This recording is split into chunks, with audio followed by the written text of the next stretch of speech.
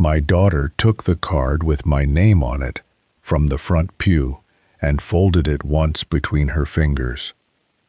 "This row is for Mom's family," Claire said. For a moment, I thought grief had made me misunderstand her. I had been Evelyn's husband for 42 years. I had slept beside her through 2 pregnancies, 3 surgeries, a season of chemotherapy, and the final 11 nights when the hospice nurse told me not to leave her alone. But my daughter pointed toward the 3rd row, as if I were a neighbor who had arrived too early. "You can sit behind us," she said. "Please don't make today harder." My son Daniel stood a few feet away, speaking quietly to the funeral director. He did not look at me until I said his name. "Is there some mistake?" I asked. "No mistake," he said. "Claire and I are sitting with the grandchildren. We need to be together." I held Evelyn's white handkerchief in my left hand. She had stitched a narrow blue border around it during the first winter of our marriage.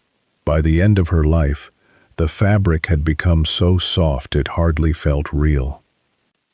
"Before I tell you why that empty seat mattered, tell me where you're listening from tonight. Family stories sound different depending on how far we are from the people who raised us." I looked at the front pew again. There were 6 seats. Claire, Daniel, their spouses, and 2 of the older grandchildren filled 5 of them.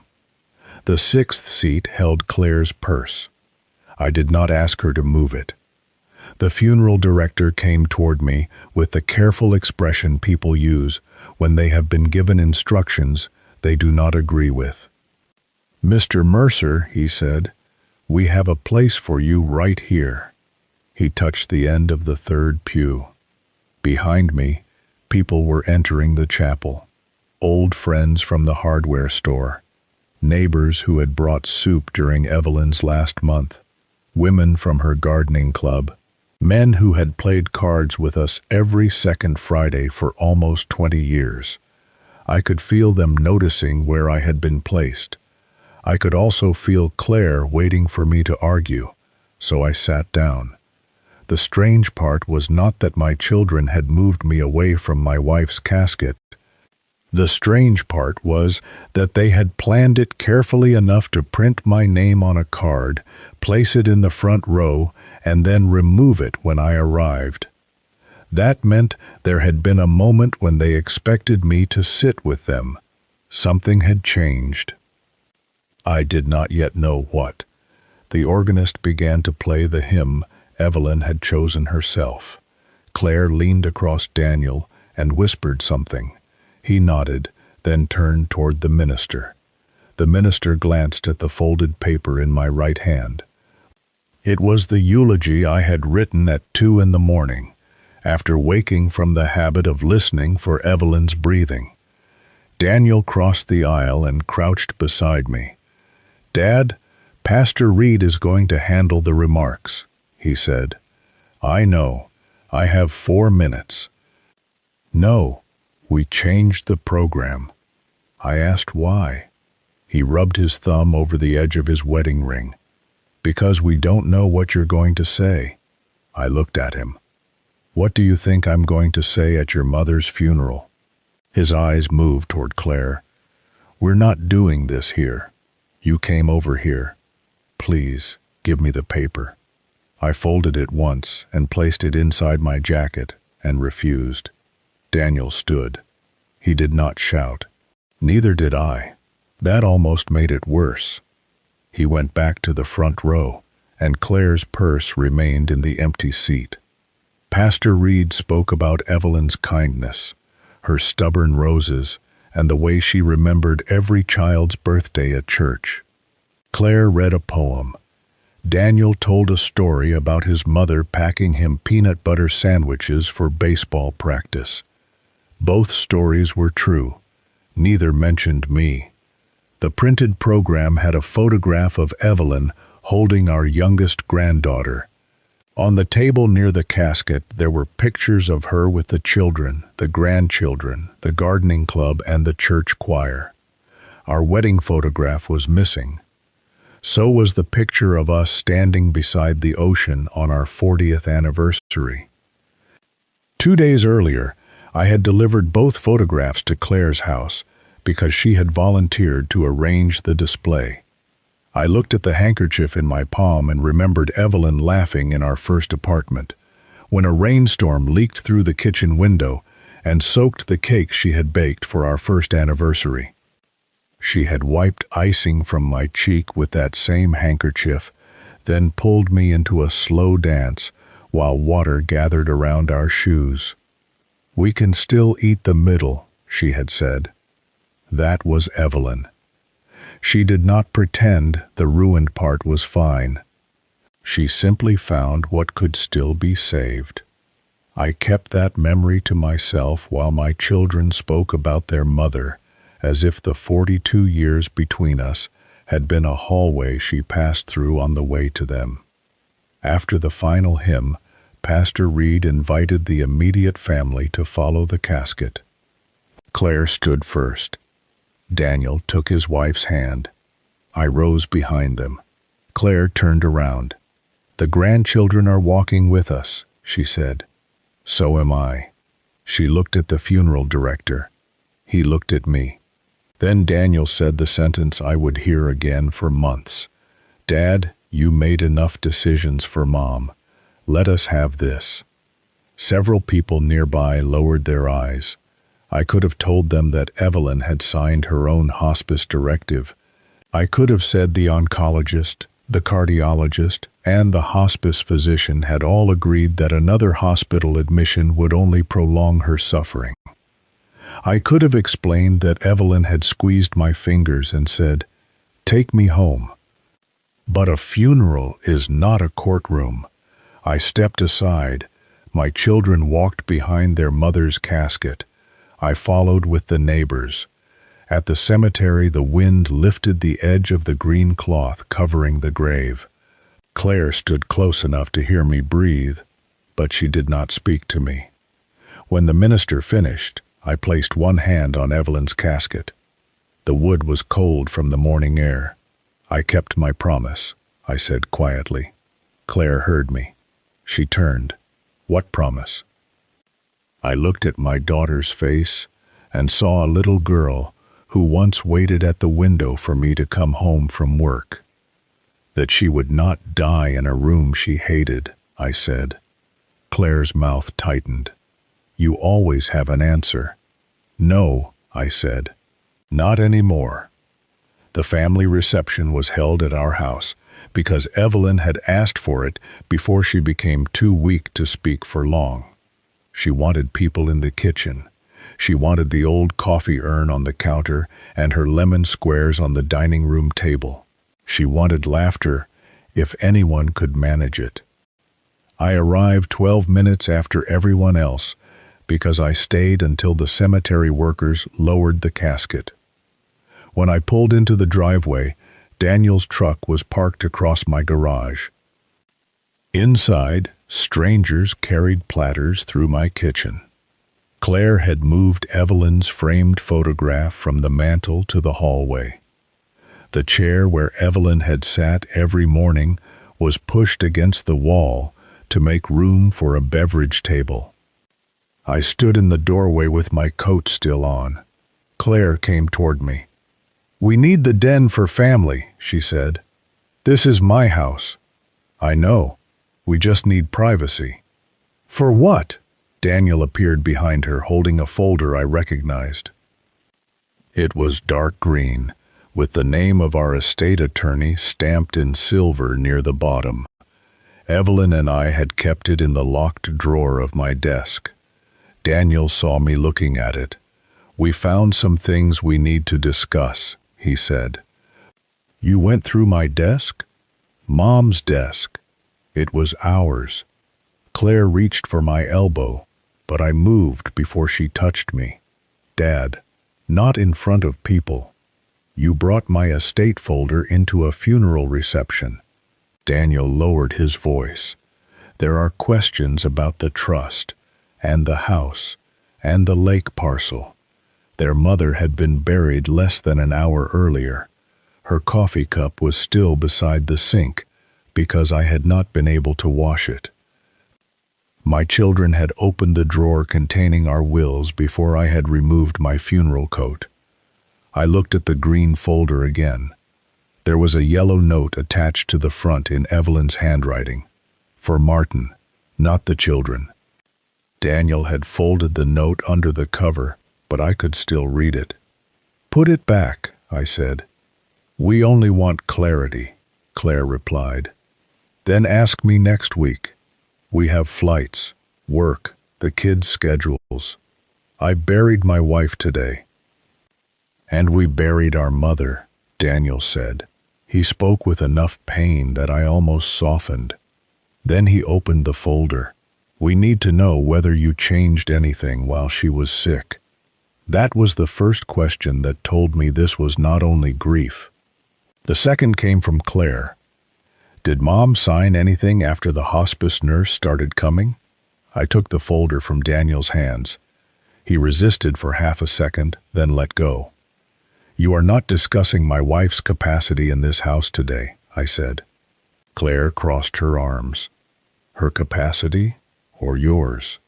A woman from the gardening club walked past the doorway carrying a tray. She pretended not to hear. I returned the folder to my desk and locked the drawer. When I came back, Claire had moved my coat from the hall chair to the porch. "We think you should rest somewhere quiet," she said. I looked from her to Daniel. "Are you asking me to leave my own wife's funeral reception?" Daniel exhaled through his nose. "Just for a few hours. So you can meet in my den? So we can remember Mom without arguing." I waited for one of them to hear what he had said. Neither did. I took my coat from the porch and put it on. Claire looked relieved. That was what decided what I did next. At 8:14 that night, after Naomi Chen had questioned me in front of 2 witnesses and reviewed every page, I signed a new will and amended my revocable trust. Daniel and Claire were no longer direct beneficiaries. Naomi sealed the originals in her secure cabinet. What followed would show whether they wanted their father back, or only the inheritance they had expected. The documents had not been written in anger that afternoon. They had been waiting in the green folder for almost 3 months. Evelyn had known our children were becoming impatient about money. She noticed it before I did, because I had spent years mistaking dependence for closeness. Daniel's construction company had survived 2 bad seasons because I guaranteed a line of credit. Claire had stayed in her house after a divorce because Evelyn and I covered the mortgage for 14 months. Those were the largest things we did. There were smaller things too, but I will not list them as if love were an invoice. My mistake was not helping them. My mistake was using help to avoid conversations that might have disappointed them. Evelyn saw it clearly. 6 months before she died, she asked me to meet with Naomi, the estate attorney who had handled our affairs for 20 years. Evelyn and I maintained separate revocable trusts, with matching wills for anything left outside them. At that time, both plans eventually divided the remaining property equally between Daniel and Claire. Evelyn sat beside me in Naomi's office, wrapped in a gray shawl, even though the room was warm. "Our current plan gives everything equally to Daniel and Claire after Martin dies," she said. Naomi nodded. "That is correct." Evelyn looked at me. "What happens if they stop treating him like their father and start treating him like a delay?" I told her she was tired. She told me I was avoiding the question. At Evelyn's request, Naomi drafted parallel amendments and new matching wills.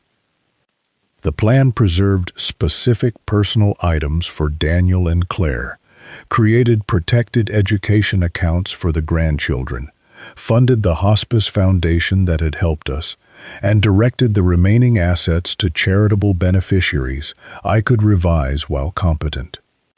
Evelyn signed the amendment to her trust and her matching will for property outside it.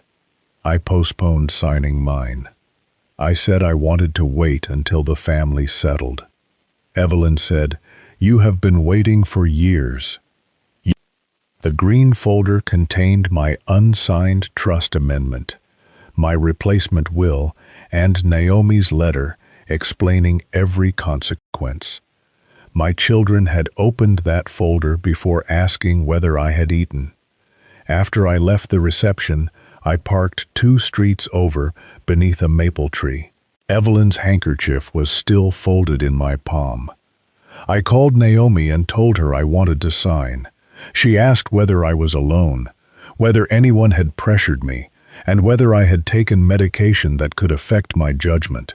Naomi never allowed urgency to replace procedure. She told me to come to the office at 7. 2 witnesses would be present, and we would review every page again. She also warned that changing the documents would not repair what had happened and might intensify the conflict. I told her I understood. I spent the next 2 hours at a diner where Evelyn and I used to eat after medical appointments. I ordered coffee and did not drink it. At 6:30, Claire called. I watched her name appear on the screen until it stopped. Daniel called next, then Claire again. A message followed. "Where are you? People are asking." I did not answer.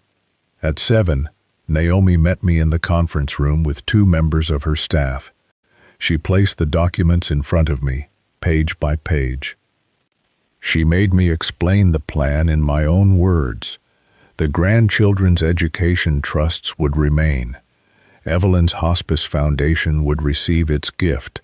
Daniel and Claire would receive the personal items listed for them, but not the bulk of my estate. Naomi asked why I was signing that night and whether I was reacting only to the funeral seating. "No," I said. "The funeral did not create the problem. It removed my excuse for ignoring it." Only after I answered every question did she place the pen beside my hand. The final page carried the time, 8:14 p.m. That was the night I removed my children from the will. But it was not the night they found out. When I returned home, the reception had ended. Paper plates filled the kitchen trash. The coffee urn was empty. Someone had wrapped the remaining lemon squares and taken them. Claire had left a note on the counter.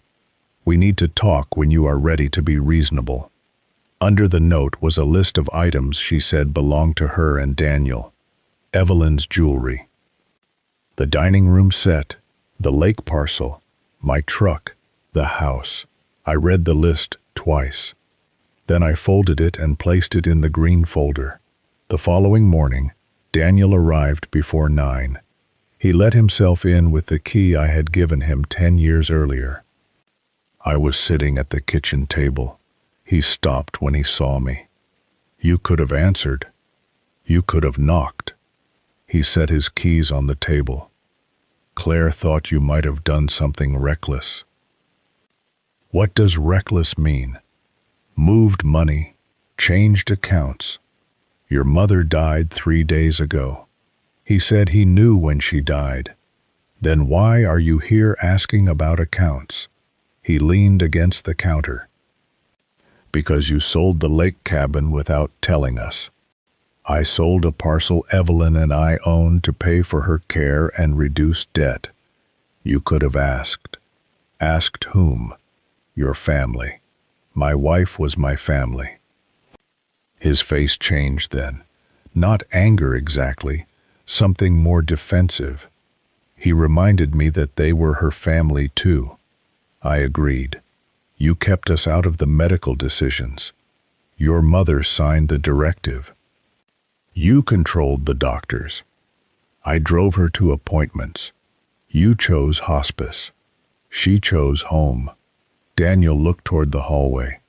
Claire thinks you pressured her. I asked whether he believed that. He kept his eyes on the hallway.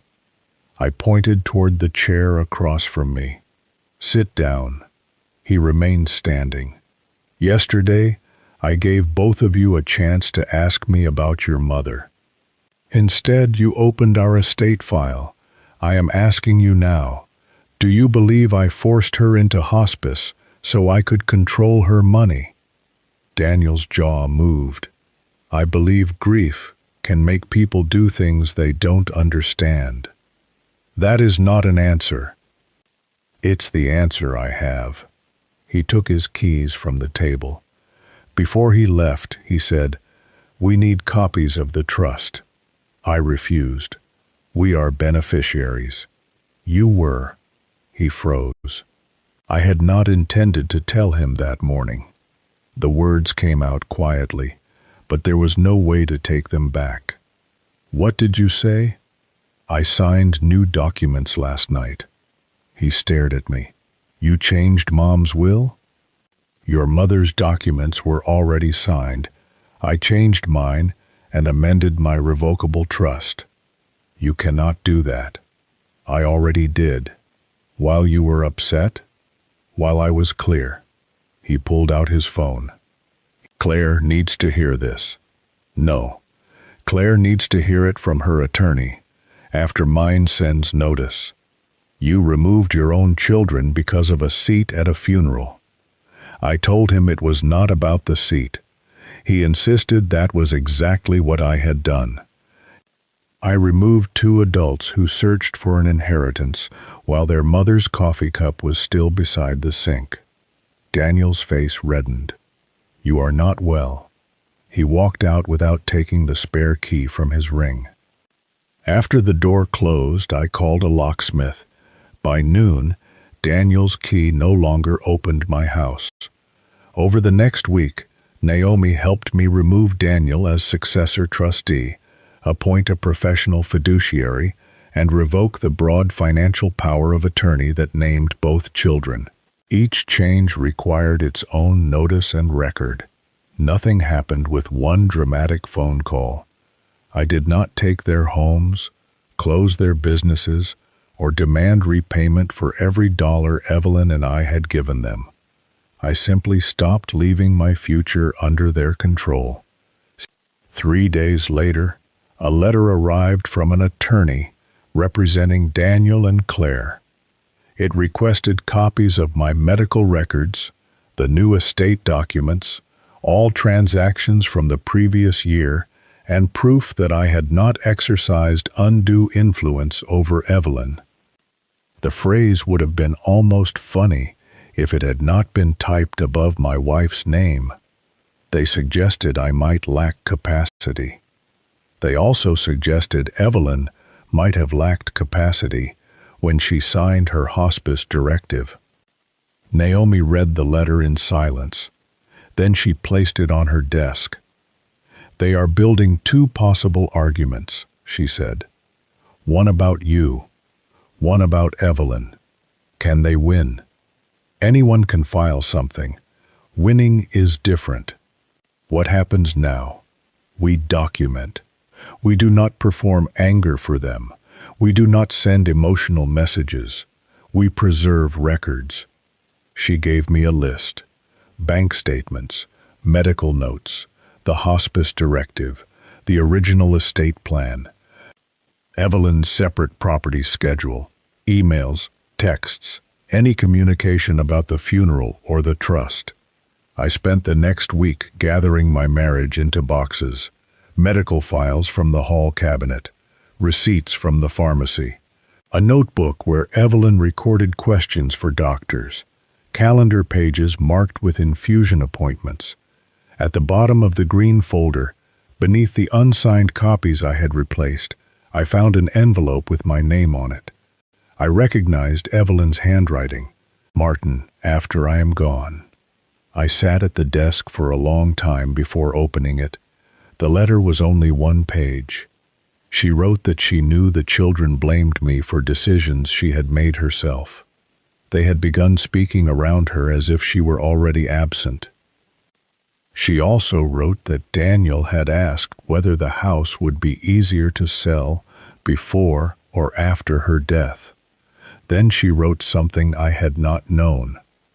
Claire had asked Evelyn to sign a statement saying I was no longer able to manage the family finances. Evelyn refused. She told Claire that I was tired, not incompetent. She told her daughter that grief was not a vacancy notice. At the bottom, Evelyn wrote, "Do not let them turn your love into evidence against you." I read the sentence twice. I did not cry. I placed the letter beside the handkerchief and went outside to bring in the trash cans, though collection day was not until morning. That was how I handled pain then. I gave my hands a task and waited for my breathing to settle. Naomi added the letter to the file, but she warned me that a private letter was not magic. "It supports your account," she said. "It does not replace medical evidence or witness testimony." The evidence came from people already connected to Evelyn's care. Her oncologist had documented that Evelyn understood the limits of treatment. The hospice nurse had recorded Evelyn's own words during admission. Pastor Reed had visited the day Evelyn signed the directive and wrote in his notes that she was alert, decisive, and worried her children would blame Martin. None of those records ended the conflict immediately. They simply made the truth harder to erase. Claire did not call me for 12 days. When she finally did, her voice was soft. "Dad, can we meet without lawyers?" "Where?" "The diner near the hospital. Just you and me." I almost said no. Then I remembered Evelyn telling me not every ruined cake had to be thrown away. I agreed. Claire was already seated when I arrived. She had ordered coffee for both of us. Mine had 1 packet of sugar beside it, the way I used to take it before Evelyn's illness. "You remembered," I said. "I remember more than you think." For the first 10 minutes, we did not discuss the funeral or the will. She asked whether I was sleeping. I asked about the children. She told me my youngest granddaughter had cried because she thought I was angry with her. "I am not angry with any of the grandchildren," I said. "She misses Grandma. So do I." Claire looked down at her cup. I handled the funeral badly. The apology entered the space between us carefully. I waited. "I was angry about hospice," she continued. "I thought you gave up too soon. Your mother was asking us to stop." I know that now. I asked whether she truly did. Pastor Reed talked to me. That mattered. Claire reached across the table, but her hand stopped short of mine. "I should not have moved you from the front row." I let the admission stand. I should not have removed the wedding photograph. Her eyes filled, though she blinked the tears away. I did not rescue her from the silence. I was trying to make the day about her children. I was her husband. She said she knew that now. For a brief moment, I believed the conversation might become the beginning of something honest. Then Claire asked, "Will you undo the trust amendment?" I leaned back. She rushed to continue. "Not today. I mean eventually, if we rebuild trust." "Whose trust?" "Everyone's. You apologized for the funeral and asked about the inheritance in the same conversation. That is not fair." "It is what happened. We need to know you are making stable decisions. Your attorney called me incompetent. Our attorney asked questions. Your letter requested my medical records. Because you changed everything 8 hours after Mom's funeral. After you opened the estate folder during the reception." Claire's expression hardened. "We needed to know what she had signed." I asked why medication changed that. Because she was medicated. She was competent. You say that. Her doctors say it. Claire pressed her lips together. Then she said, Daniel thinks you are hiding money. I asked whether she believed him. I think you were always better at making us feel guilty than saying no. That sentence hurt, because part of it was true. I had often given money with a wounded silence attached. I told myself I was avoiding conflict, but sometimes I expected gratitude to complete the conversation I refused to have. I should have said no more often, I said. Claire seemed surprised. I should have let you be angry with me, I continued. Instead, I kept helping and hoped you would understand what it cost. Her face softened again. Then she reached into her purse and removed a small notebook. What is that? I asked. Just notes. About me? About the conversation. Why are you taking notes? She closed the notebook. Our attorney told us to document your statements. The notebook lay between us. Whatever warmth had entered the booth went with it. There was no shouting. No one stood up suddenly. I placed enough cash beneath my coffee cup to cover both drinks. Claire said, Dad, please. You did not come here without lawyers, I said. You brought one in your purse. I walked out. A week later, Naomi received a summary from Claire's attorney describing our diner conversation. The summary said, I admitted to years of emotionally manipulative financial behavior. It said I appeared confused about the difference between Evelyn's will and my trust. It said I became suspicious when Claire took ordinary notes. It did not mention her apology. It did not mention the front row seat. It did not mention the green folder. I set the summary beside Evelyn's handkerchief and finally saw what my children were building.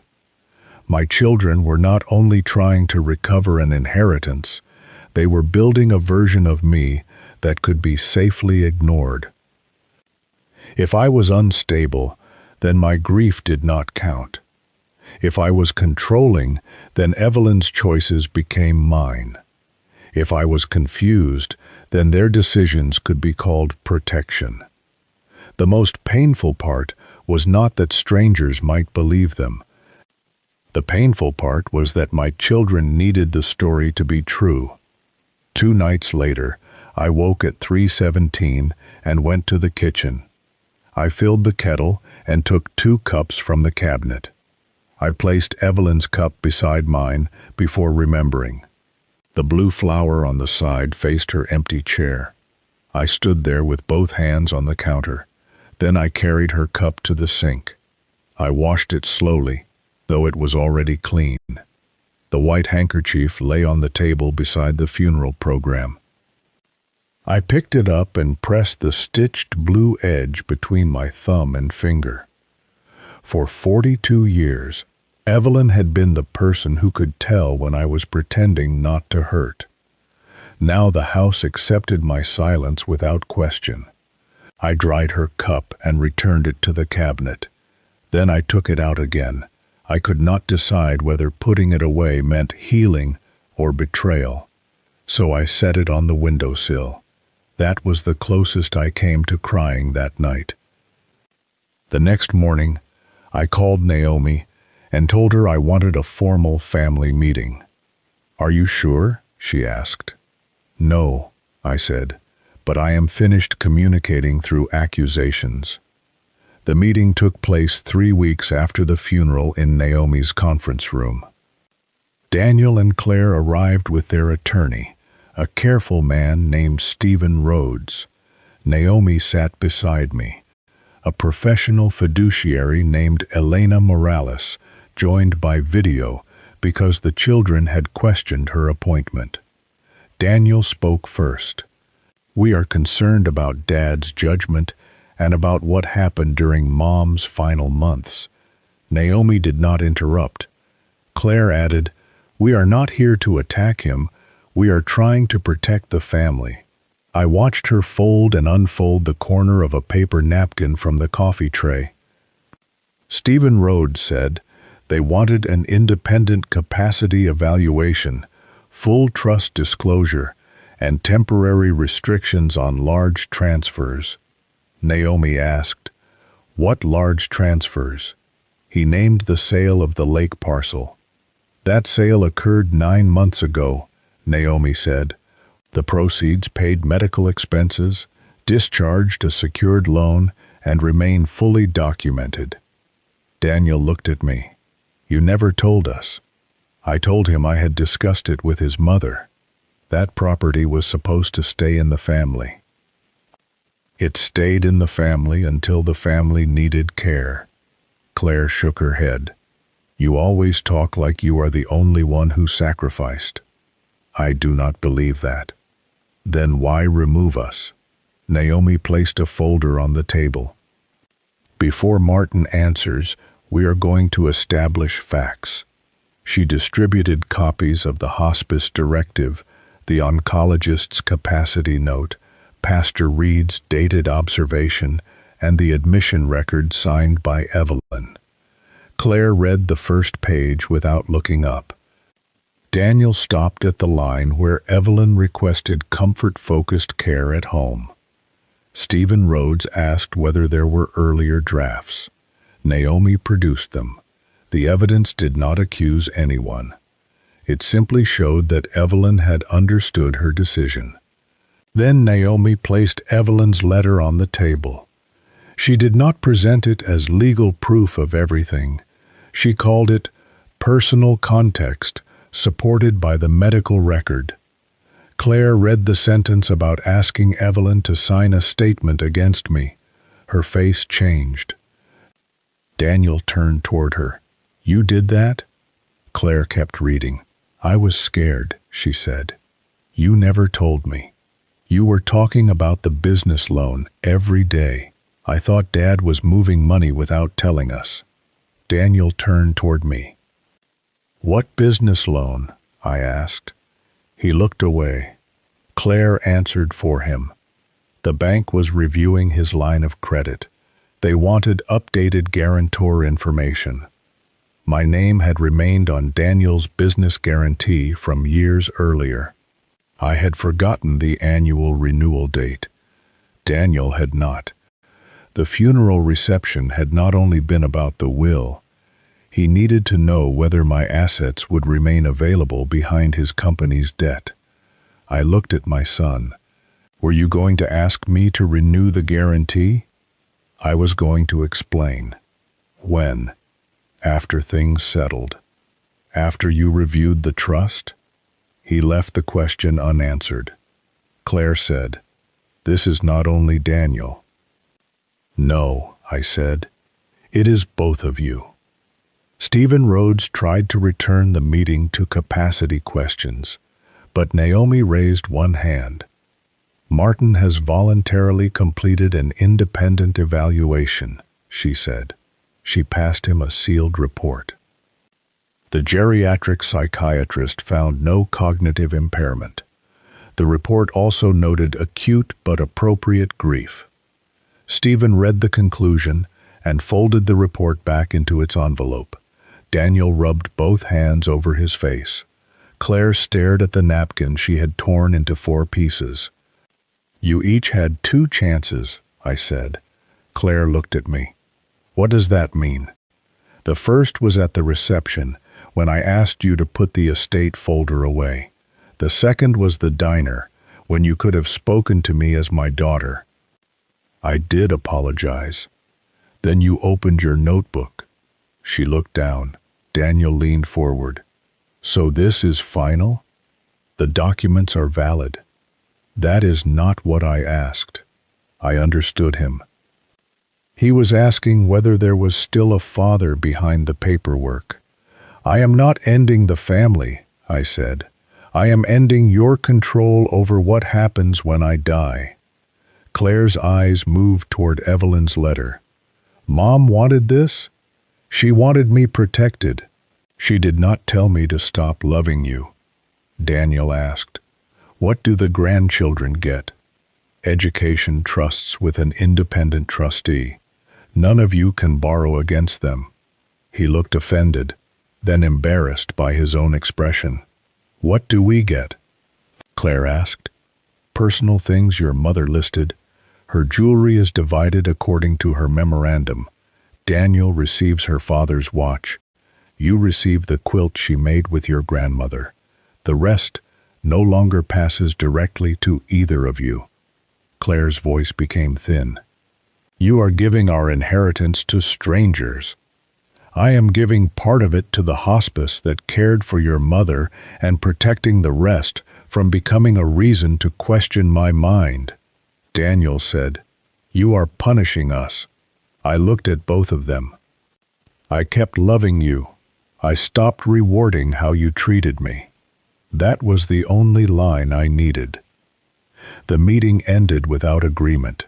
Stephen Rhodes said his clients would consider their options.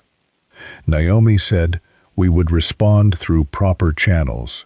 Claire left Evelyn's letter on the table. Daniel picked it up and handed it to her. "Read the rest," he said. She put it in her folder. Nothing collapsed when we left Naomi's office. The first practical change came at Daniel's next bank review. The bank declined to renew Daniel's business line under the old terms after I refused to continue as guarantor. It did not close his company. It required him to provide more collateral, reduce borrowing, and bring in a partner. He sold 2 trucks and laid off 1 part-time estimator. I did not celebrate any of that. Claire's attorney advised her that challenging my capacity would be expensive and unlikely to succeed without better evidence. She stopped pursuing emergency restrictions, but did not withdraw every accusation at once. For almost 2 months, we communicated only through lawyers. Relatives chose sides with incomplete information. I told the people who called that this was not a family vote. I also began seeing a grief counselor. She asked whether I would sign the same documents now that the funeral was no longer fresh. "Yes," I said. That answer mattered more to me than the evaluation report. 3 months after the funeral, Daniel called from a number I did not recognize. "Dad, the bank gave me until Friday. I need 6 more months on the guarantee. I won't. If I lose the line, people could lose jobs. Then speak to your partner and your bank. You helped me build this company." I did. I am still not securing its debt with my home. He lowered his voice. Mom would have helped. "Do not use your mother to renew a guarantee she asked me to end." He breathed out slowly. "What am I supposed to do?" "Run your business without treating my house as equipment." The bank deadline passed. Daniel found a smaller local lender and accepted a partner who took 20% of the company. He resented me for it. He also survived it. Claire's request came 2 weeks later.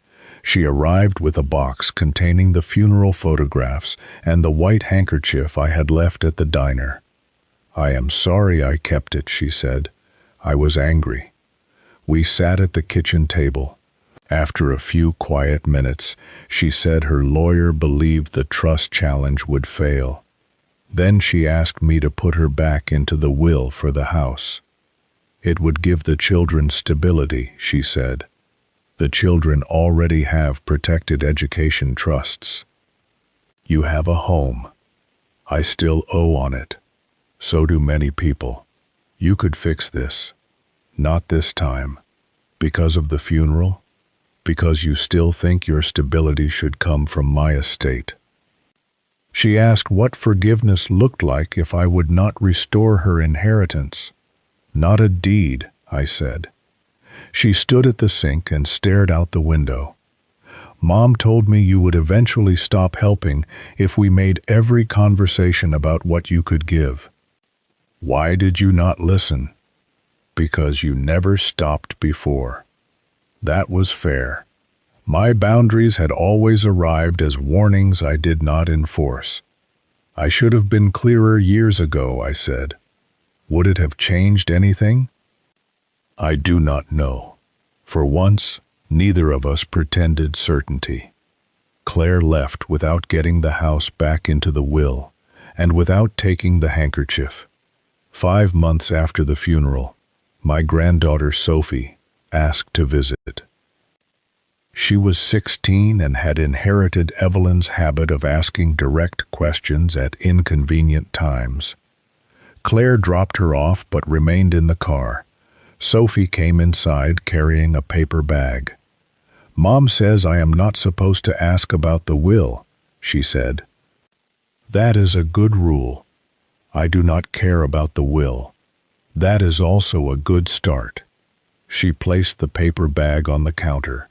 Inside was a packet of lemon seeds, a recipe card, and a photograph of Evelyn standing beside a small tree in our old backyard. Grandma told me lemons do not grow well here unless you bring them inside during winter, Sophie said. She wanted to try anyway. I picked up the recipe card. It was for the lemon cake Evelyn had made every year on our anniversary. On the back, in Claire's childhood handwriting, were the words, "First slice for Daddy." I had not seen that card in 30 years. Where did you find this? In Grandma's sewing basket. Mom was sorting things. Sophie looked toward the blue cup on the windowsill. Did Grandma really choose hospice? She did. Mom said Grandpa made her. I considered my answer. Your grandmother understood she was dying. She wanted to be at home. Your mother was scared and angry. Sometimes people tell a story that makes fear easier to carry. Was Mom lying? She was wrong. Sophie nodded slowly. Are you going to forgive her? I am trying. Are you putting her back in the will? I am not. She looked surprised. So you can forgive someone and still say no? You can. Sophie sat with that answer.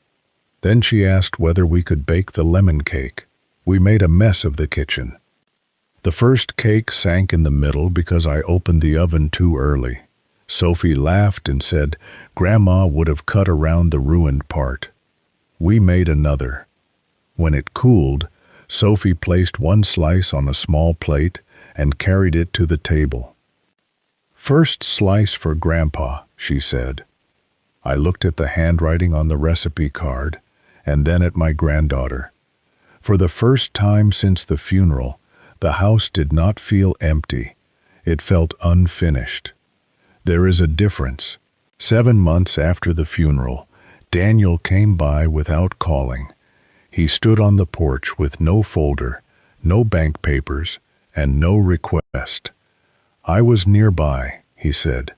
I reminded him that he lived 40 minutes away. He admitted the excuse was weak. I opened the door wider. He came inside and noticed the anniversary photograph back on the mantel. Claire returned it, I said. He nodded. I should have stopped her at the funeral. I waited. I should have moved the purse. You should have. I thought if I chose her side, we could keep things calm. You chose the side that needed my seat. He looked toward the floor. I know. We stood there for a while. Then he took a folded piece of paper from his pocket. I did not reach for it. It is not a guarantee, he said. What is it? A repayment plan for the old business loan. Not because you asked, because I should have done it years ago. I read the page. The amount was modest. The schedule was realistic. It would take him nearly 4 years. You do not have to buy your way back, I said. He said he knew. I asked whether he understood the difference. He met my eyes. I am trying to learn the difference. That was the first thing he had said in months that sounded like change instead of strategy. I did not restore him as trustee. I did not renew the guarantee. I did not promise to rewrite the will. I made coffee. He sat at the kitchen table and told me about the partner he had brought into the company. He admitted the partner was better at finances than he was. When he left, he took no money with him. He returned the following Sunday with groceries. Claire began visiting more slowly. Sometimes she brought Sophie. Sometimes she came alone. She apologized again, not for how things felt, but for the specific things she had done. She admitted removing the wedding photograph because she wanted the funeral to tell a story in which she and Daniel had been their mother's closest family. She admitted keeping my handkerchief because it made her feel as if she had won something. She admitted that asking about the house during the apology was wrong. I listened. I did not rush to reward honesty with access. Trust grew in smaller units than inheritance. A phone call without a request. A meal without documents. A visit to the cemetery where no one argued about hospice. A photograph returned to the mantel.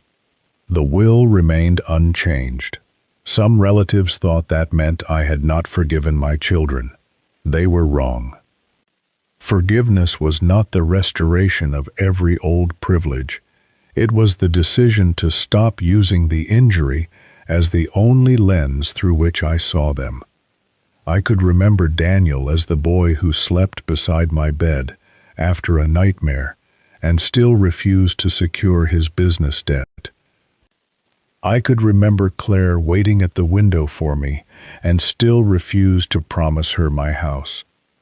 Love did not require me to become available for misuse.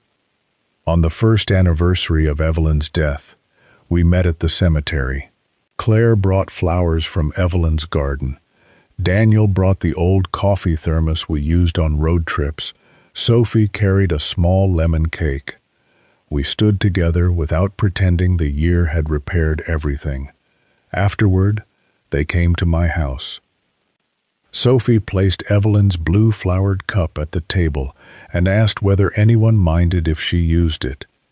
My first instinct was to refuse. Then I handed it to her. She poured tea and set the white handkerchief beneath the saucer so the cup would not mark the wood. The blue stitching showed around the edge. For years, I thought protecting my family meant preventing every consequence I could afford to prevent. Evelyn understood something I learned too late. A family can survive disappointment. What it cannot survive forever is entitlement disguised as love. My children did not lose their father when I changed the will. They lost the certainty that mistreating me would still be rewarded. That loss was painful for all of us. It was also the first honest thing we had shared in years. The documents stayed in Naomi's secure cabinet. The grandchildren's trusts remained protected.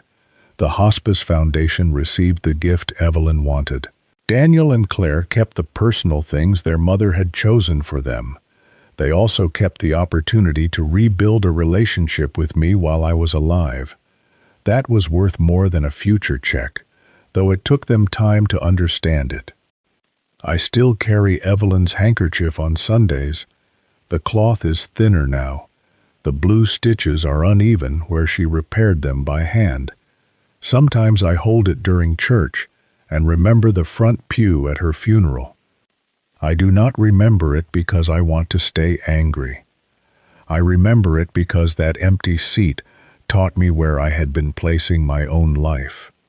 I had spent years waiting for my children to make room for me while continuing to finance the life around that room. The night I signed those documents, I did not stop being their father. I stopped leaving the definition of fatherhood in their hands. Would you have changed the will that night, or waited until the first shock of grief had passed.